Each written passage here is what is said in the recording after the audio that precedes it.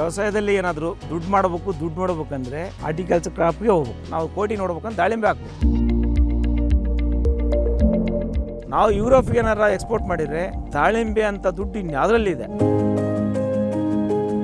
ಒಳ್ಳೆ ಬೆಳೆ ಬೆಳೆದ್ರೆ 4 ರಿಂದ 5 ಲಕ್ಷ ರೂಪಾಯಿ ಲಾಭ ಆಗುತ್ತೆ ಎಕರೆಗೆ.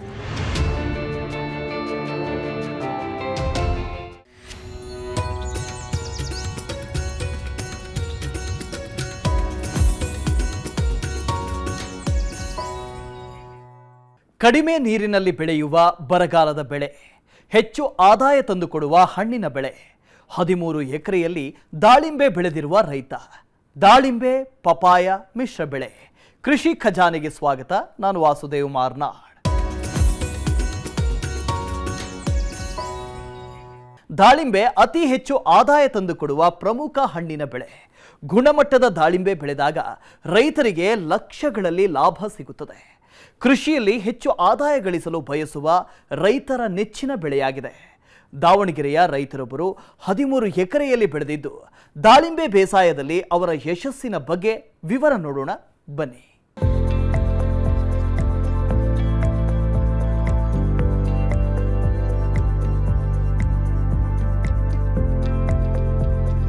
ದಾಳಿಂಬೆ ರಾಜ್ಯದ ಪ್ರಮುಖ ಹಣ್ಣಿನ ಬೆಳೆಯಾಗಿದ್ದು ಬಾಗಲಕೋಟೆ, ವಿಜಯಪುರ, ರಾಯಚೂರು, ಕಲಬುರಗಿ, ಕೊಪ್ಪಳ, ಚಿತ್ರದುರ್ಗ ಮತ್ತು ಬಳ್ಳಾರಿ ಜಿಲ್ಲೆಗಳಲ್ಲಿ ದಾಳಿಂಬೆಯನ್ನ ಹೆಚ್ಚಾಗಿ ಬೆಳೆಯಲಾಗುತ್ತಿದೆ.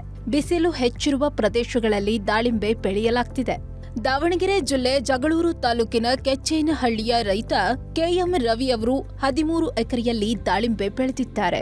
ಇನ್ನು ದಾಳಿಂಬೆಯಲ್ಲಿ ಹಲವು ತಳಿಗಳಿದ್ದು ಅದರಲ್ಲಿ ಸೂಪರ್ ಭಗವಾ ತಳಿಯ ದಾಳಿಂಬೆ ಉತ್ತಮವಾಗಿರುವ ಕಾರಣಕ್ಕೆ ಮಾರುಕಟ್ಟೆಯಲ್ಲಿ ಬೇಡಿಕೆಯೂ ಹೆಚ್ಚಿದೆ ಅಂತಾರೆ ರವಿ ಅವರು. ಮೊದಲೆಲ್ಲ ಗಣೇಶ್ ಅಂತ ಬರೋದು, ರೂಬಿ ಅಂತ ಬರೋದು, ಕೇಸರ್ ಅಂತ ಹೇಳ್ತಿದ್ರೆ, ಆಮೇಲೆ ಇದು ಭಗವಾ ವೆರೈಟಿ ನಾವೆಲ್ಲ ಹಾಕಿರೋದು. ಈಗ ಭಗವಾನೇ ಗಣೇಶು ಚೆನ್ನಾಗಿರುತ್ತೆ, ರೇಟು ಕಡಿಮೆ. ಅದು ರೇಟ್ ಕಡಿಮೆ ಇರೋದ್ರಿಂದ ಜನ ಕೂಡ ಅದು ಒಳಗೆ ಪಲ್ಪೆಲ್ಲ ಒಳಗೆ ಬರುತ್ತಲ್ಲ, ಅದು ವೈಟ್ ಬರುತ್ತೆ, ಅದಕ್ಕೆ ಇಷ್ಟಪಡಲ್ಲ. ಹಂಗಾಗಿ ನಾವು ಕೇಸರ್ ಭಗವಂತೆ ಸೂಪರ್ ಭಗವಂತ, ಇವಾಗೆಲ್ಲ ಕೇಸರ್ ಭಗವಂತಿದ್ವಿ ಮೊದಲು, ಈಗಿದು ಸೂಪರ್ ಭಗವಂತ ಹೇಳಿ ಅಂತಿದ್ದಾರೆ. ಭಗವ ವೆರೈಟಿನೇ ಚೆನ್ನಾಗಿ, ಇವಾಗ ಒಳ್ಳೆ ಈಲ್ಡು ಬರುತ್ತೆ, ಕಲರು ಬರುತ್ತೆ, ಒಳಗೆ ಹಣ್ಣು ನೋಡೋಕ್ಕಂದ್ರೆ ಭಾಳ ಚೆನ್ನಾಗಿ ಕಾಣಿಸುತ್ತೆ, ಹಣ್ಣು ತಿನ್ಬೇಕು ಅನ್ನಿಸುತ್ತೆ, ಆ ಥರ ಇದೆ ಇದು ಭಗವ ವೆರೈಟಿ. ಭಗವನೇ ಹಾಕ್ರಿ, ಇವಾಗ ಯಾರೇ ಹೊಸ ಮಾಡಿದರೆ ಈ ಸೂಪರ್ ಭಗವಂತ ಇದೆ, ಭಗವನೇ ಹಾಕ್ರಿ. ಇದು ಮೊದಲೆಲ್ಲ ಇದೆ ಭಗವನೇ, ಮೊದಲು ಕೇಸರ್ ಅಂತಿದ್ವಿ. ನಮ್ಮ ಜೈನು ಕ್ಯಾಡಿಲಾ ಇವೆಲ್ಲ ಬಂದಮೇಲೆ, ಅಂದರೆ ಟಿಶ್ಯೂಕಲ್ಚರ್ ಸಸಿ ಬಂದಮೇಲೆ ಇದಕ್ಕೆ ಸೂಪರ್ ಭಗವಂತ ಹೇಳಿ ಹೆಸರು ಕೊಟ್ಟಿರೋ ಅವರು. ಮೊದಲೆಲ್ಲ ಕೇಸರ್ ಭಗವಾನ್ ಅಂತಿದ್ವಿ, ಈಗ ಅದು ಬದಲಾಗಿ ಸೂಪರ್ ಭಗವಂತ ಇದ್ದಾರೆ. ಭಗವಾನೇ ಒಳ್ಳೆ ವೆರೈಟಿ, ಚೆನ್ನಾಗಿದೆ. ದಾಳಿಂಬೆಯನ್ನು ಹಲವು ವಿಧದ ಮಣ್ಣಿನಲ್ಲಿ ಬೆಳೆಯಬಹುದು. ಆದರೂ ಮರಳು ಮಿಶ್ರಿತ ಗೋಡು ಮಣ್ಣು ಈ ಬೆಳೆಗೆ ಸೂಕ್ತ. ಅದರಲ್ಲೂ ಇಳಿಜಾರಿದ್ದು ಕಲ್ಲುಗಳು ಹೆಚ್ಚಿರುವ ಬರಡು ಭೂಮಿಯಲ್ಲಿ ದಾಳಿಂಬೆಯನ್ನ ಉತ್ತಮವಾಗಿ ಬೆಳೆಯಬಹುದು. ದಾಳಿಂಬೆ ಸಸಿಗಳನ್ನು ಜನವರಿಯಲ್ಲಿ ನಾಟಿ ಮಾಡಿದ್ರೆ ಉತ್ತಮ ಬೆಳೆ ಪಡೆಯಲು ಸಾಧ್ಯವಿದೆ. ಈಗ ಮೊದಲೆಲ್ಲ ದಾಳಿಂಬೆನ ಎಲ್ಲಿ ಬೇಕಾದ್ರೆ ಯಾರು ಬೇಕಾದ್ರೂ ಜನ ಹಾಕೋರು. ಇವಾಗ ಹೆಂಗಾಗಿದೆ ಅಂದರೆ ಮಳೆ ಯಾವ ಟೈಮ್ನಾಗ ಬರುತ್ತೆ ಗೊತ್ತಾಗಲ್ಲ. ಅದಕ್ಕೆ ಭೂಮಿ ಆದಷ್ಟು ನೆಲ ಒಂದು ಸೈಡ್ ಡೌನ್ ಇರಬೇಕು, ಮಳೆ ಬಂದರೆ ನಿಲ್ಲಬಾರ್ದು ಅಂಥ ಭೂಮಿ ಸೆಲೆಕ್ಟ್ ಮಾಡ್ಕೊಳಕ್ಕೆ ಫಸ್ಟು. ಕಲ್ಲು ಭೂಮಿ ಇದ್ದರೂ ಚೆನ್ನಾಗೆ ದಾಳಿಂಬೆಗೆ, ಕಲ್ಲು ಭೂಮಿ ಮತ್ತು ಪ್ಲಸ್ ಕರ್ಲು ಭೂಮಿ ಇದ್ರೂ ನಡೆಯುತ್ತೆ. ಒಳ್ಳೆ ಅಡ್ಲು ಕಟ್ಟಾದ ಭೂಮಿಗಳು ದಾಳಿಂಬೆಗೆ ಸೂಕ್ತವಲ್ಲ, ಎರೆ ಭೂಮಿ ಸೂಕ್ತವಲ್ಲ. ಯಾಕೆಂದರೆ ವೆಜಿಟೇಟೆಡ್ ಗ್ರೋತ್ ಚೆನ್ನಾಗಿ ಬೆಳೆದು ಗಿಡ ಡೆವಲಪ್ಮೆಂಟ್ ಆಗಿ ಕಾಯಿ ಹಣ್ಣು ನಮಗೆ ಫ್ಲವರ್ ಬರೋಲ್ಲ. ಅದರಿಂದ ಒಳ್ಳೆ 50% ಕಲ್ಲಿರಬೇಕು, 50% ಮಣ್ಣಿರಬೇಕು ಅಂಥ ಭೂಮಿಯನ್ನು ಸೆಲೆಕ್ಟ್ ಮಾಡ್ಕೊಂಡು ಮಳೆ ಬಂದ ನೀರು ತನ್ನಷ್ಟಕ್ಕೆ ತಾನೇ ಕೆಳಗೆ ಹೋಗ್ಬೇಕು, ಯಾವುದೇ ಕಾರಣಕ್ಕೂ ನಿಲ್ಲಬಾರ್ದು ನೀರು, ಮಳೆ ನೀರು. ಅಂಥ ಭೂಮಿ ಸೆಲೆಕ್ಟ್ ಮಾಡ್ಕೊಂಡು ಚೆನ್ನಾಗಿ ಹದವಾಗಿ ಒಂದು 2-3 ಸಲ ಹೊಡ್ಕೊಂಡು ಫ್ಲೋನ ನಾವು ಬೆಡ್ ಹಾಕ್ತಿದ್ವಿ. ಇವಾಗೆಲ್ಲ ಮೊದಲೆಲ್ಲ ಪ್ಲಾಟ್ ಹಾಕ್ತಿದ್ವಿ ನಾವು, 2002-2003 ಸ್ಟಾರ್ಟ್ ಮಾಡಿದ್ವಿ, ಅಲ್ಲಿಂದನೂ ಹಾಕ್ತಿದ್ವಿ. ಮೊದಲೆಲ್ಲ ಪ್ಲಾಟಾಗಿ ಬೆಳಿತಾಯಿದ್ವಿ. ಇವಾಗ ಏನಾಗಿದೆ ಅಂದರೆ ಬೆಡ್ ಹೊಡಿತೀವಿ, 13-9 ದಾಯ ಮಾಡ್ತೀವಿ. ಅಂದರೆ ಸ್ಟಾರ್ಟಿಂಗೆಲ್ಲ ನೆಲನೆಲ್ಲ ಮಿದು ಮಾಡ್ಕೊಂಡು ಬೆಡ್ ಹೊಡೆದಾದ್ಮೇಲೆ ಡ್ರಿಪ್ ಮಾಡ್ಕೊತಿದ್ವಿ. ಡ್ರಿಪ್ ಮಾಡ್ಕೊಂಡಾದ್ಮೇಲೆ ಇದು ಕ್ಯಾಡಿಲಾ ಒಂದಿದೆ, ಜೈನ್ ಒಂದಿದೆ, ಆ ಥರ ಸಸಿಗಳನ್ನ ಆಯ್ಕೆ ಮಾಡ್ಕೊಂಡು ನಾವು ರೈತರ ಹತ್ರ ತಗೊಂಬಂದಿದ್ದು ಫಸ್ಟೆಲ್ಲ. ಇವಾಗೆಲ್ಲ ಹೈಬ್ರಿಡ್ ಸಸಿ ಬಂದಿದೆ, ಚೆನ್ನಾಗಿದೆ. ಜೈನ್ದು ಚೆನ್ನಾಗಿದೆ, ಕ್ಯಾಡಿಲಾ ಚೆನ್ನಾಗಿದೆ. ಸಸಿ ಒಳ್ಳೆ ಸಸಿ ಆಯ್ಕೆ ಮಾಡ್ಕೊಂಡು ಜನವರಿಯಲ್ಲಿ ಪ್ಲಾಂಟೇಷನ್ ಮಾಡಬೇಕು. ಜನವರಿಯಲ್ಲಿ ಪ್ಲಾಂಟೇಷನ್ ಮಾಡೋದ್ರಿಂದ ಚೆನ್ನಾಗಿ ಗಿಡ ಚೆನ್ನಾಗೇ ಬರುತ್ತೆ. ಸ್ಟಾರ್ಟಿಂಗು ಡ್ರಿಪ್ ಇದ್ದರೆ ಡ್ರಿಪ್ ಬೇಕೇ ಬೇಕು ಇದಕ್ಕೆ. ಜನವರಿಯಲ್ಲಿ ಪ್ಲಾಂಟೇಷನ್ ಮಾಡಿದರೆ ಫೆಬ್ರವರಿ, ಮಾರ್ಚು, ಏಪ್ರಿಲ್ವರೆಗೆ ಚೆನ್ನಾಗಿ ಗಿಡ ಹತ್ತುತ್ತೆ. ಮಳೆಗಾಲಕ್ಕೆ ಬೇರೆ ಚೆನ್ನಾಗಿ ಬರುತ್ತೆ. ನಾವು ಸ್ಟಾರ್ಟಿಂಗೆಲ್ಲ ಸ್ವಲ್ಪ ಬೇವಿನ ಹಿಂಡಿ, ಟ್ರೈಕೋಡರ್ಮ ಹಾಕಿ ಗಿಡ ಹಾಕ್ತಾಯಿದ್ವಿ. ಆಮೇಲೆ ನೆಕ್ಸ್ಟ್ ಗಿಡ ಹಂತವಾಗಿ ಬೆಳೀತಿದ್ದಾಗ ಒಂದು 5-10 ನಿಮಿಷ ನೀರು ಬಿಟ್ಕೊಂತ ಹೋಗ್ಬೇಕು ಸ್ಟಾರ್ಟಿಂಗೆಲ್ಲ ಡ್ರಿಪ್ಪಲ್ಲಿ. ಆಮೇಲೆ ಭೂಮಿ ಫಲವತ್ತಾದ ಭೂಮಿಗಿನ ಬರಡು ಭೂಮಿ ಇದ್ದರೆ ಚೆನ್ನಾಗಿದೆ. ಡೌನ್ ಇರೋ ಭೂಮಿ, ಬರಡು ಭೂಮಿ, ನಾವು ಬಿತ್ತಿದ್ರು ಕೂಡ ಬೆಳಿಬಾರ್ದು ಅಂಥ ಭೂಮಿ ಇದ್ದರೆ 100ಕ್ಕೆ 100 ದಾಳಿಂಬೆ ಬೆಳೆಯೋಕ್ಕೆ ಸೂಕ್ತ ಅನ್ನಿಸ್ತದೆ. ಒಳ್ಳೆ ಕಾಂಡವಾದ ಭೂಮಿಗೆ ಅಡಿಕೆ ಹಾಕೋದು, ಬಾಳೆ ಹಾಕೋ ಪ್ಲಾಟಿಗೆ ಹೋಗಿ ದಾಳಿಂಬೆ ಯಾವುದೇ ಕಾರಣಕ್ಕೂ ಹಾಕಬಾರ್ದು. ಬರಡು ಭೂಮಿ ಇದ್ದರೆ ಚೆನ್ನಾಗಿದೆ ದಾಳಿಂಬೆಗೆ. ದಾಳಿಂಬೆ ಬೆಳೆಯಲ್ಲಿ ಸಾಲಿನಿಂದ ಸಾಲಿಗೆ 13 ಅಡಿ ಮತ್ತು ಗಿಡದಿಂದ ಗಿಡಕ್ಕೆ 9 ಅಡಿ ಅಂತರ ನೀಡಿದ್ದೇವೆ. 2 ದಾಳಿಂಬೆ ಗಿಡಗಳ ಮಧ್ಯೆ ಪಪ್ಪಾಯ ನಾಟಿ ಮಾಡಿದ್ದಾರೆ. 13 ಎಕರೆಯಲ್ಲಿ 4600 ದಾಳಿಂಬೆ ಮತ್ತು 4600 ಪಪ್ಪಾಯ ಗಿಡ ಬೆಳೆದಿದ್ದಾರೆ. ದಾಳಿಂಬೆ ನಾಟಿ ಮಾಡಿದ 6 ತಿಂಗಳ ಬಳಿಕ ಪಪ್ಪಾಯ ನಾಟಿ ಮಾಡಿದ್ದು ಬ್ಯಾಕ್ಟೀರಿಯಲ್ ಬ್ಲೈಟ್ ಅಥವಾ ದುಂಡಾಣು ಅಂಗಮಾರಿ ರೋಗ ತಡೆಯಲು ಪಪ್ಪಾಯವನ್ನು ಮಿಶ್ರ ಬೆಳೆಯಾಗಿ ಬೆಳೆದಿದ್ದೇವೆ ಅಂತಾರೆ ರವಿ ಅವರು. 13-9 ದಾಯ ಮಾಡಿದ್ವಿ ಇಲ್ಲಿ. 13-9ರಲ್ಲಿ 9 ಗಿಡದಿಂದ ಗಿಡಕ್ಕೆ ಸಾಲಿಂದ ಸಾಲಿಗೆ 13 ಅಡಿ ಮಾಡಿದ್ವಿ. ಟ್ಯಾಕ್ಟ್ರಿಗೆ ಕೂಡ ಸ್ಪ್ರೇ ಮಾಡ್ತೀವಿ, ಟ್ಯಾಕ್ಟ್ರಿ ಸ್ಪ್ರೇಯರ್ ಆಗುತ್ತೆ. ಇದು ಲೇಬರ್ ಓರಿಯೆಂಟೆಡ್ ಆಗಿರೋದ್ರಿಂದ ನಾವು ಸ್ವಲ್ಪ ಇಕ್ವಿಪ್ಮೆಂಟ್ಸ್ ಎಲ್ಲ ಟ್ಯಾಕ್ಟ್ರಿ ಇಟ್ಕೊಂಡಿರೋದ್ರಿಂದ ದೊಡ್ಡ ದಾಯ ಮಾಡ್ತಾಯಿದ್ವಿ. 13-9ರಲ್ಲಿ ಸಾಲಿಂದ ಸಾಲಿ 9 ಅಡಿ ದಾಯದಲ್ಲಿ ಪಪ್ಪಾಯ ಸೆಂಟ್ರಿನಲ್ಲಿ ಹಾಕಿದ್ವಿ.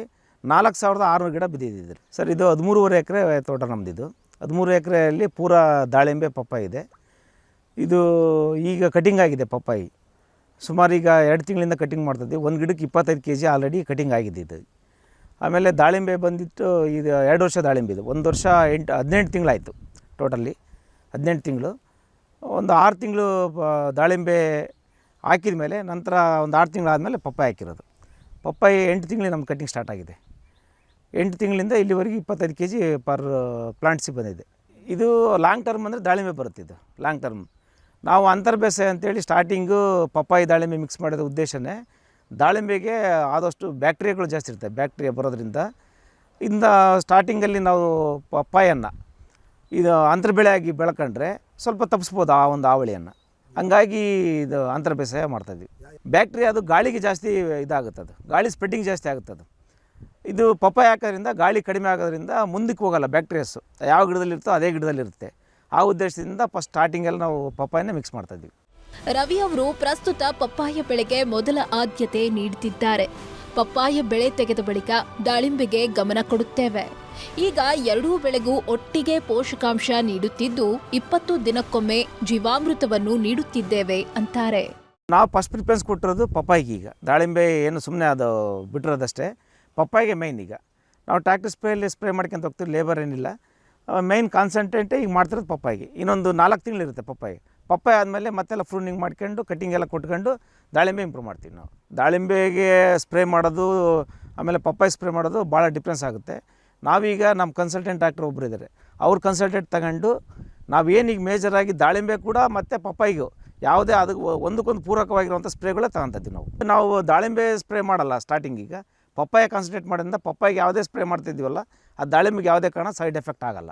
ಆ ಥರ ಸ್ಪ್ರೇಗಳನ್ನ ಮಾಡ್ತೀವಿ. ಕ್ಯಾಬ್ರಿ ಟಾಪು ಸ್ಕೋರ್ ಮಾಡ್ತಿರ್ತೀವಿ, ಇಲ್ಲ ಬಾಯಿಸ್ಟನ್ ಮಾಡ್ತೀವಿ. ಸ್ವಲ್ಪ ಎಲೆ ಚುಕ್ಕಿ ರೋಗ ಬಂದರೆ ರೋಕೋ ಮಾಡ್ತೀವಿ. ಆಮೇಲೆ ಪ್ರತಿ ಒಂದು 15 ದಿವಸಕ್ಕೆ ಒಂದು ಮೈಕ್ರೋನ್ಯೂಟ್ರಿಯೆಂಟ್ ಕೊಡ್ತಾಯಿದ್ವಿ. ವರ್ದಾನು, ಮಲ್ಟಿಪ್ಲೆಕ್ಸ್ ಅಂತೇಳಿ ಕ್ಯಾಲ್ಸಿಯಂ ನೈಟ್ರೇಟ್ ಕೊಡ್ತೀವಿ. ಎಲ್ಲಿ ಸ್ಪ್ರೇಯಲ್ಲಿ. ಡ್ರಿಪ್ಪಲ್ಲಿ 19 ಸ್ಟಾರ್ಟಿಂಗೆಲ್ಲ 19 ಕೊಟ್ಟಿದ್ವಿ. ಆಮೇಲೆ 1261 ಕೊಡ್ತಾಯಿದ್ವಿ ಒಂದೊಂದು ತಿಂಗಳು. ಈಗ 1345 ಡ್ರಿಪ್ಪಲ್ಲಿ ಕೊಡ್ತಾಯಿದ್ದೀವಿ.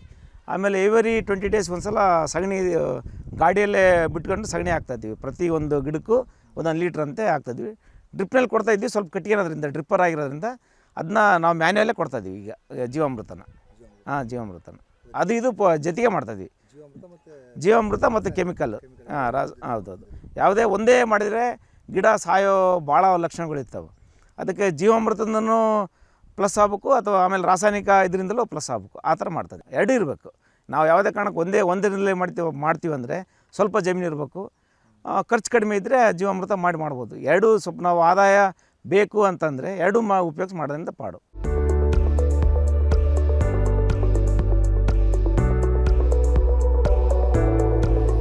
ದಾಳಿಂಬೆ ಬೆಳೆಯಲ್ಲಿ ರೋಗದ ಬಾಧೆ ಹೆಚ್ಚಿರುತ್ತೆ. ಹಾಗಾಗಿ ರೋಗ ಬರದಂತೆ ದಾಳಿಂಬೆ ಬೆಳೆಯುವುದಕ್ಕೆ ರೈತರು ಹೆಚ್ಚಿನ ಒತ್ತು ಕೊಡಬೇಕು. ರೋಗ ಬಾಧೆಯನ್ನು ತಡೆಯುವುದಕ್ಕೆ ಯಾವೆಲ್ಲ ಮುನ್ನೆಚ್ಚರಿಕೆ ಕ್ರಮ ತೆಗೆದುಕೊಳ್ಳಬೇಕು ಅನ್ನೋದನ್ನು ನೋಡೋಣ ಬನ್ನಿ.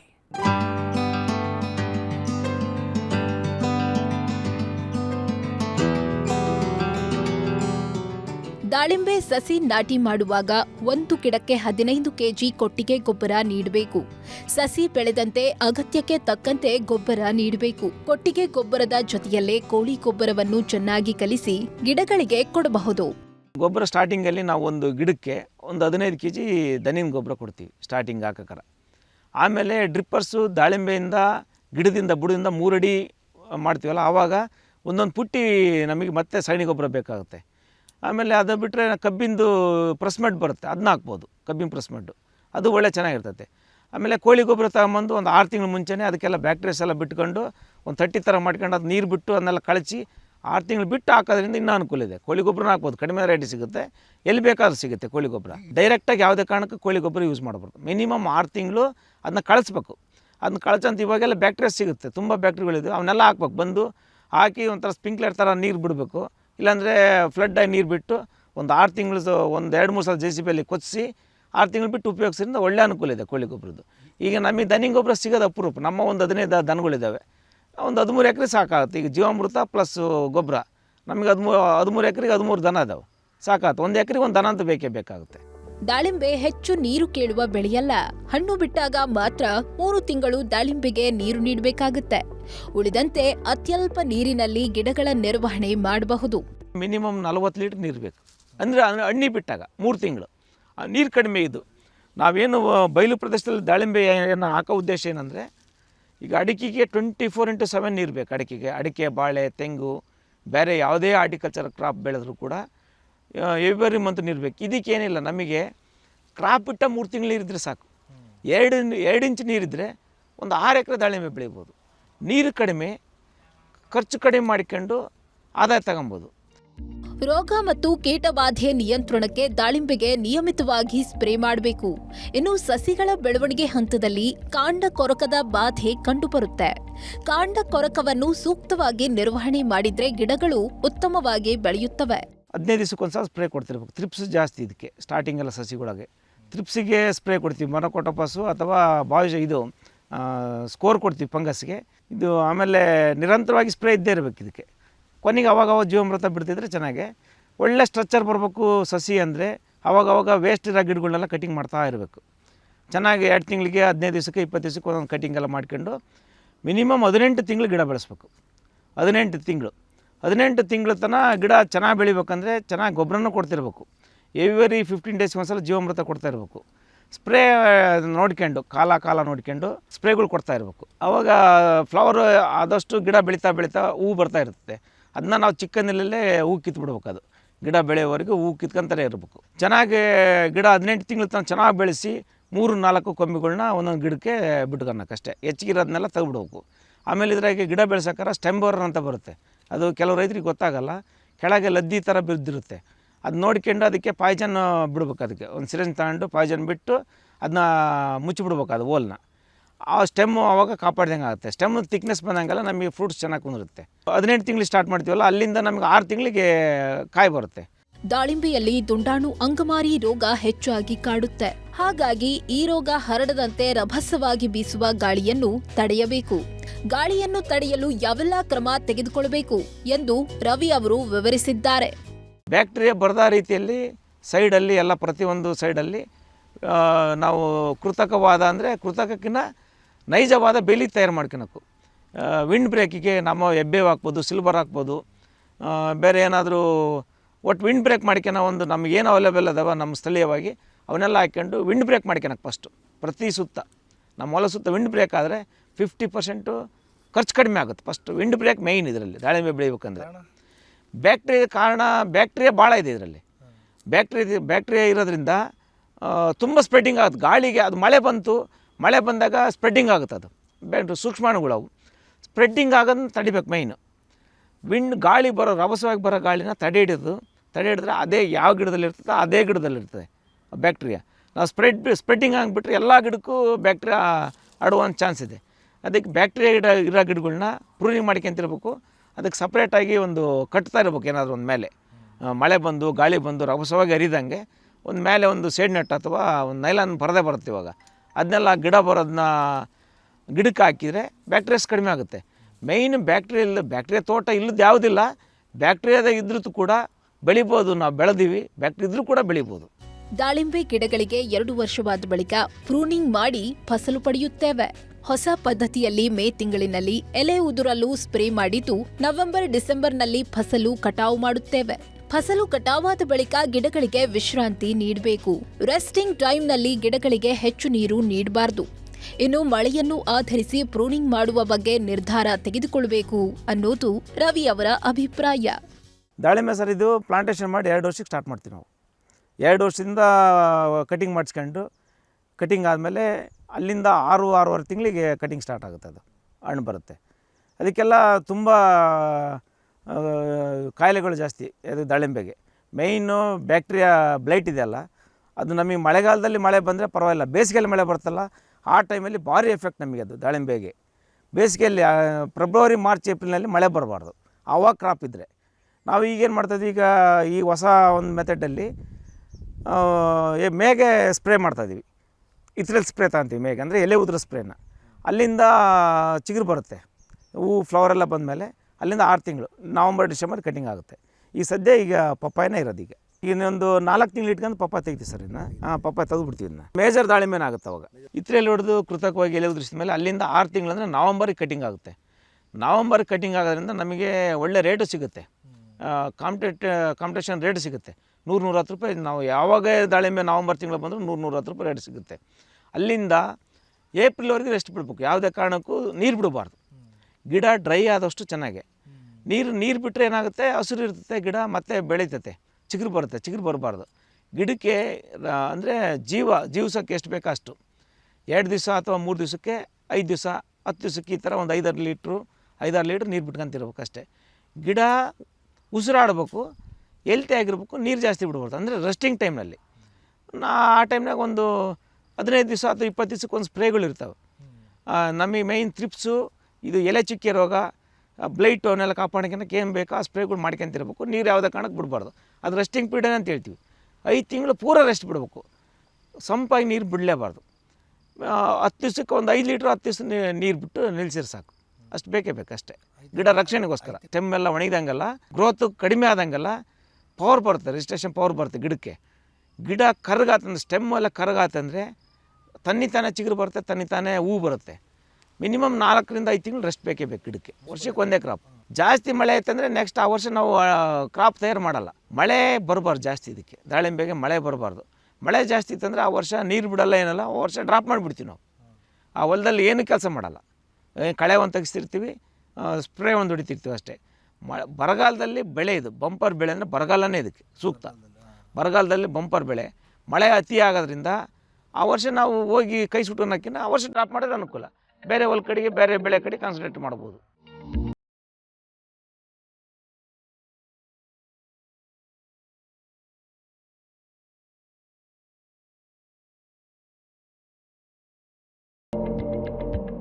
ದಾಳಿಂಬೆ ಹಣ್ಣುಗಳಿಗೆ ಯಾವ ಮಾರುಕಟ್ಟೆಯಲ್ಲಿ ಬೇಡಿಕೆ ಹೆಚ್ಚಿದೆ? ರಫ್ತು ಮಾಡುವುದಕ್ಕೆ ಅವಕಾಶಗಳಿದೆಯಾ? ದಾಳಿಂಬೆ ಬೆಳೆಯಲ್ಲಿ ಎಷ್ಟು ಲಾಭ ಪಡೆಯಬಹುದು ಅನ್ನೋದನ್ನು ತಿಳಿಯೋಣ. ನಾವು ಈ ಮೊದಲು ಯುರೋಪ್ಗೆ ದಾಳಿಂಬೆ ರಫ್ತು ಮಾಡಿದ್ದೇವೆ. ಯುರೋಪ್ಗೆ ದಾಳಿಂಬೆಯನ್ನು ರಫ್ತು ಮಾಡಿದ್ರೆ ಇದರಲ್ಲಿ ಹೆಚ್ಚಿನ ಲಾಭ ಪಡೆಯಲು ಸಾಧ್ಯವಿದೆ. ಮಾಹಿತಿಯ ಕೊರತೆಯಿಂದಾಗಿ ದಾಳಿಂಬೆ ಬೆಳೆಗಾರರು ಹಲವೆಡೆ ನಷ್ಟ ಅನುಭವಿಸುತ್ತಿದ್ದಾರೆ. ಹಾಗಾಗಿ ಹೊಸದಾಗಿ ದಾಳಿಂಬೆ ಬೆಳೆಯುವ ರೈತರು ತೋಟಗಾರಿಕೆ ಇಲಾಖೆ ಅಧಿಕಾರಿಗಳಿಂದ ಮಾಹಿತಿ ಪಡೆದು ದಾಳಿಂಬೆ ಬೆಳೆಯಬಹುದು. ಯುರೋಪಿಗೆ ಎಕ್ಸ್ಪೋರ್ಟ್ ಮಾಡಿದ್ವಿ ನಾವು, ಮೀಡಿಯೇಟ್ ಇಟ್ಕೊಂಡು ಯುರೋಪಿಗೆ ಎಕ್ಸ್ಪೋರ್ಟ್ ಮಾಡಿದ್ವಿ. ಇವಾಗ ಯುರೋಪ್ನವ್ರು ತಗೊಂತಿಲ್ಲ, ನಮ್ಮದು ಭಾಳ ಕೆಮಿಕಲ್ ಇದೆ ಅಂತೇಳಿ ಸರ್ಕಾರದವರು ಕೂಡ ಅದನ್ನ ಪರಿಗಣನೆ ಮಾಡಿಕೊಂಡು ನಾವು ಯುರೋಪಿಗೆ ಎಕ್ಸ್ಪೋರ್ಟ್ ಮಾಡಬೇಕಂದ್ರೆ ಯಾವ್ಯಾವ ಕೆಮಿಕಲ್ ಹೊಡಿಬಾರ್ದು. ಸರ್ಕಾರದವ್ರ ಮಾಹಿತಿ ಇಲ್ಲಿವರೆಗೆ ಯಾವುದೇ ಮಾಹಿತಿ ಇಲ್ಲ ನಮಗೆ. ಕೃಷಿ ಹಾರ್ಟಿಕಲ್ಚರ್ ತೋಟಗಾರಿಕೆ ಇಲಾಖೆಯಿಂದ ಈ ಕೆಮಿಕಲ್ ನೀವು ಹೊಡಿಬೇಡಪ್ಪ, ಇದು ಬಿಡು, ರೆಜಿಸ್ಟ್ರೇಷನ್ ಪವರ್ ಇರ್ತಿದ್ರಾಗೆ, ಇದರಲ್ಲಿ ಪಾಯ್ಸನ್ ಇರ್ತದೆ ಅಂತ ಹೇಳಿ ಮಾಹಿತಿ ಕೂಡ ಇಲ್ಲ. ನಾವು ಯುರೋಪಿಗೆ ಏನಾರ ಎಕ್ಸ್ಪೋರ್ಟ್ ಮಾಡಿದರೆ ದಾಳಿಂಬೆ ಅಂತ ದುಡ್ಡು ಇನ್ಯಾವುದರಲ್ಲಿದೆ ಇಲ್ಲ. ಹಂಗಾಗಿ ನಮಗೆ ಮಾಹಿತಿ ತುಂಬ ಬೇಕು, ನಮಗೆ ಸೈಂಟಿಸ್ಟ್ಗಳು ಬೇಕು. ಸುಮ್ಮನೆ ನಾವು ರೈತರಿಂದ ನಾವು ಬೆಳಿತೀವಿ ಅನ್ನೋ ಸುಳ್ಳು ಅವೆಲ್ಲ. ಹಾರ್ಟಿಕಲ್ಚರ್ ಆಫೀಸರ್ ಆಗಲಿ ಅಥವಾ ಕನ್ಸಲ್ಟೆಂಟ್ ಡಾಕ್ಟ್ರೇ ಆಗಲಿ, ಚೆನ್ನಾಗಿ ಬೆಳೆಸ್ಬೇಕಂದ್ರೆ, ವಿಷಮುಕ್ತ ಆಹಾರ ನಾವು ಬೇರೆ ಕಡೆ ಎಕ್ಸ್ಪೋರ್ಟ್ ಮಾಡಬೇಕಂದ್ರೆ ಮಾಹಿತಿ ಬೇಕು. ಮಾಹಿತಿ ಇಲ್ಲದ್ರಿಂದ ಭಾಳ ಜನ, ತುಂಬ ಜನ ಎಡವಿದ್ದಾರೆ. ಅದಕ್ಕೆ ಮಾಹಿತಿ ಮೇಯ್ನು ಇದಕ್ಕೆ ಬೇಕೇ ಬೇಕು.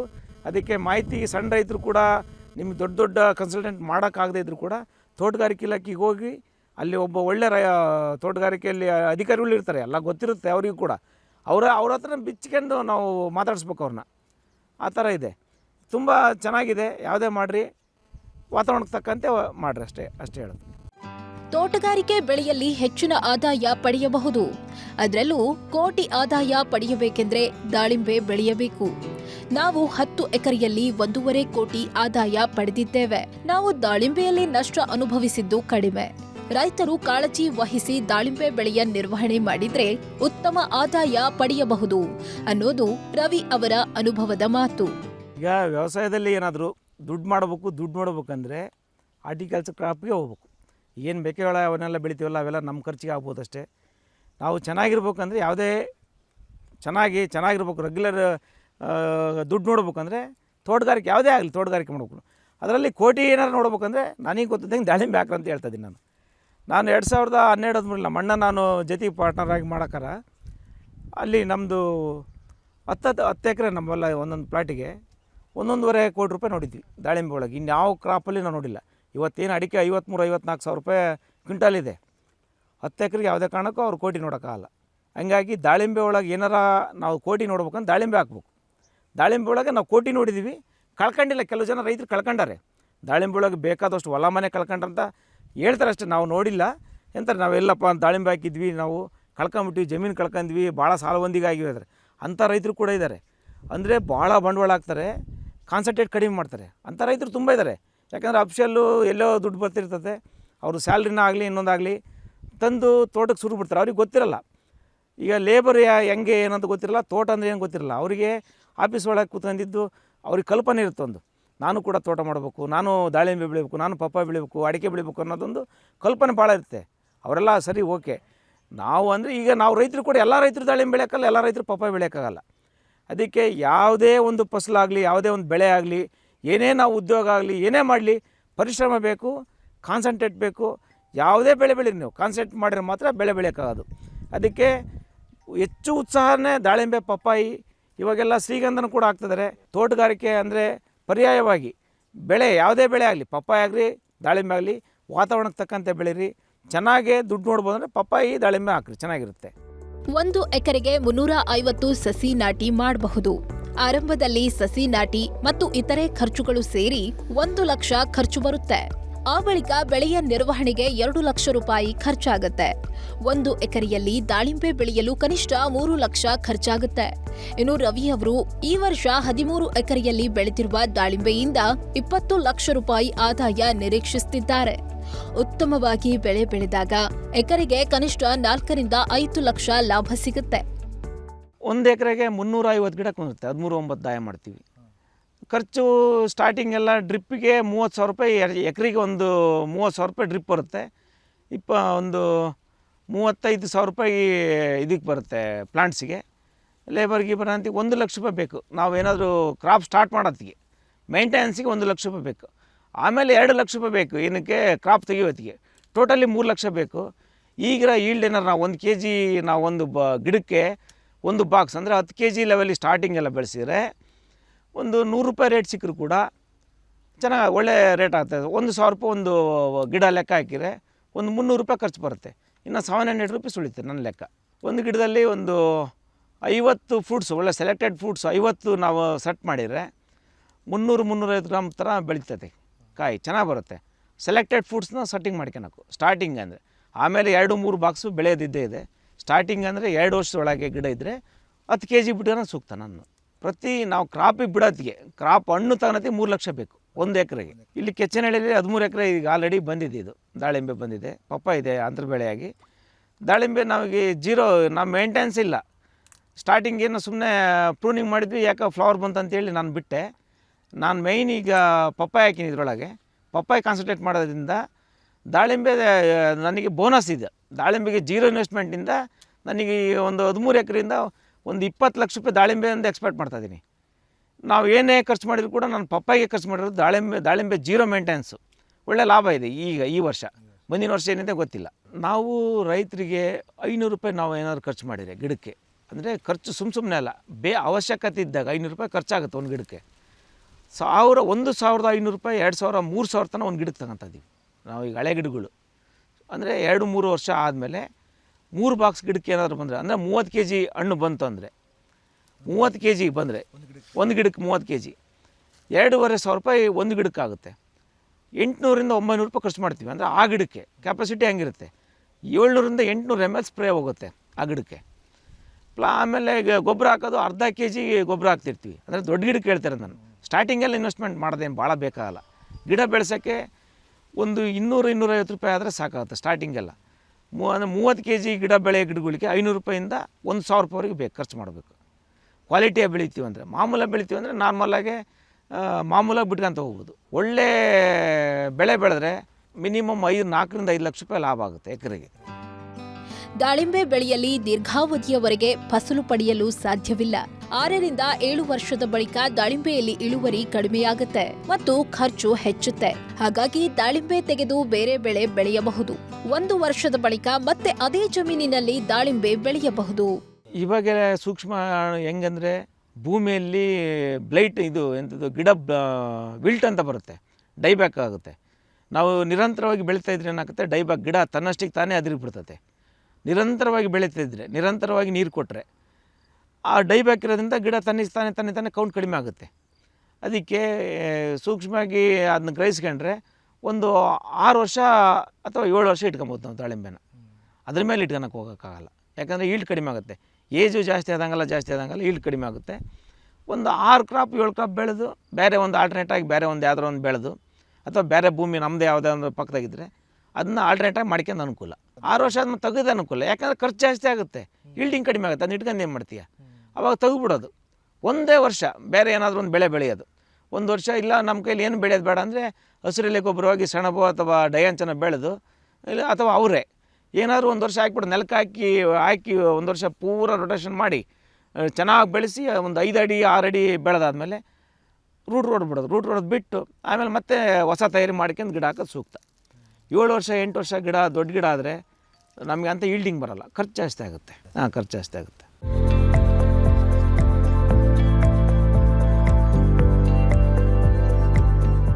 ರವಿಯವರು 13 ಎಕರೆಯಲ್ಲಿ ದಾಳಿಂಬೆ ಬೆಳೆದಿದ್ದು ಎಕರೆಯಲ್ಲಿ ಕನಿಷ್ಠ 4ರಿಂದ 5 ಲಕ್ಷ ಲಾಭ ಗಳಿಸುವ ವಿಶ್ವಾಸದಲ್ಲಿದ್ದಾರೆ. ಇನ್ನು ಉತ್ತಮ ಬೆಲೆ ಸಿಕ್ಕರೆ 10 ಎಕರೆಯಲ್ಲಿ 1 ಕೋಟಿಗೂ ಹೆಚ್ಚು ಆದಾಯ ಗಳಿಸಬಹುದು ಅನ್ನೋದು ಅವರ ವಿಶ್ವಾಸದ ಮಾತು. ಸಮಗ್ರ ವಿವರಗಳುಳ್ಳ ಕೃಷಿ ಸಂಬಂಧಿಸಿದ ಈ ಸಂಚಿಕೆಗಳನ್ನು ನಿಮಗೆ ಬೇಕಾದಾಗ ವೀಕ್ಷಣೆ ಮಾಡೋದಕ್ಕೆ ಹಾಗೂ ಕೃಷಿಯ ಕುರಿತಾದ ಮತ್ತಷ್ಟು ಮಾಹಿತಿಗಾಗಿ ವಿಸ್ತಾರ ಕೃಷಿ ಯೂಟ್ಯೂಬ್ ಚಾನಲ್ಗೆ ಸಬ್ಸ್ಕ್ರೈಬ್ ಆಗಿದೆ. ಇದಾಗಿತ್ತು ಇವತ್ತಿನ ಕೃಷಿ ಖಜಾನೆ. ಅನುಕ್ಷಣದ ಸುದ್ದಿಗಾಗಿ ನೋಡ್ತಾ ಇರಿ ವಿಸ್ತಾರ ನ್ಯೂಸ್. ಇದು ನಿಖರ ಜನಪರ. ನೀವು ವಿಶೇಷವಾದ ಬೆಳೆ ಬೆಳೆದಿದ್ರೆ, ತಂತ್ರಜ್ಞಾನ ಅಳವಡಿಸಿಕೊಂಡು ಕೃಷಿ ಮಾಡ್ತಾ ಇದ್ರೆ, ಮಾದರಿ ಕೃಷಿಕರಾಗಿದ್ರೆ ವಿಸ್ತಾರ ನ್ಯೂಸ್ ತಂಡವನ್ನು ಸಂಪರ್ಕಿಸಿ ನಿಮ್ಮ ಗೆಲುವಿನ ಗುಟ್ಟನ್ನು ನಮ್ಮ ಜೊತೆ ಹಂಚಿಕೊಳ್ಳಬಹುದು. ವಿಳಾಸ ವಿಸ್ತಾರ ನ್ಯೂಸ್, ನಂಬರ್ 1, 2 ಹಾಗೂ 4ನೇ ಮಹಡಿ, the new Indian express building, 2 ಹಾಗೂ 3ನೇ ಬ್ಲಾಕ್, ಕ್ವೀನ್ಸ್ ರಸ್ತೆ, ಬೆಂಗಳೂರು 560001. Phone number 9606942030. ಇಮೇಲ್ ವಿಳಾಸ program@vistaranews.com.